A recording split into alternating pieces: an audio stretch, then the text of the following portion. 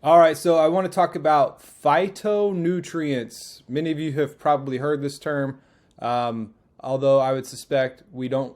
A lot of us don't have a full understanding of what they are, but they're compounds found in plants, which is why it's important to eat from the soil. But they do a lot of good inside of the plant and help the plant, like especially when it comes to protection and immune system and things like that. It keeps a plant vibrant and strong.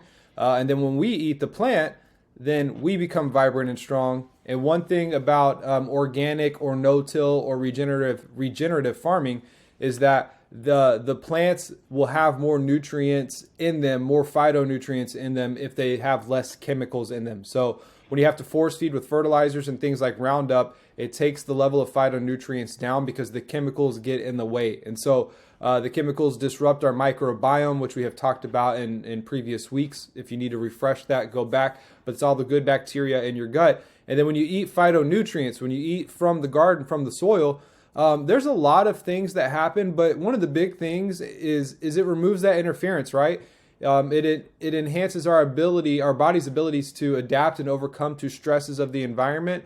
It's not whether we talked about the germ versus the terrain. It's not whether you're exposed to something. It's what your internal environment is. And if your internal environment is strong, then bad things can't take root within your body.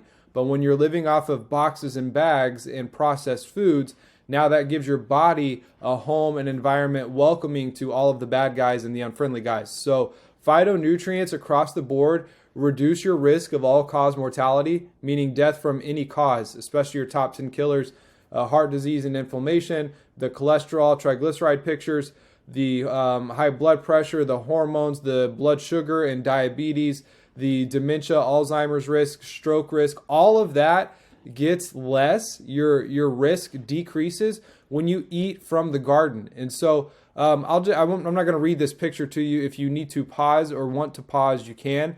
But they're different colors, and this is why eating the rainbow or eating different colors is a good thing because they all have slightly different nutrients.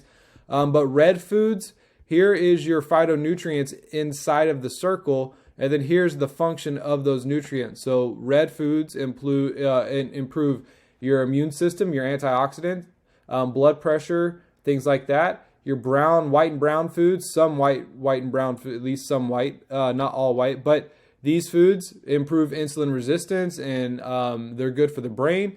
The purple foods are good against inflammation and they're good for brain protection.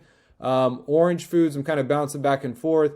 Same thing, good for eyes and good for brain degeneration as well. And then the green ones are kind of good for everything. But you can look these up. Just search for phytonutrients on Google Images and you'll get a bunch of different charts that you can go through. And you can look at them and they're clearly organized, but this is why eating the rainbow is so beneficial.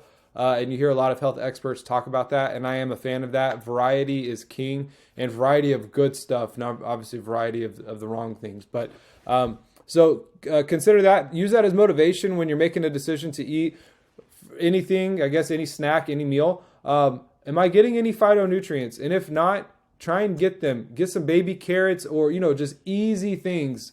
And sometimes even the fruits as well, or even, oftentimes I guess over here you can see there's a lot of the fruits, but try and get phytonutrients from plants and plants, including fruits and veggies. Okay, I can't talk. Sorry about that. You guys get the point. All right, I'll see you at the next one.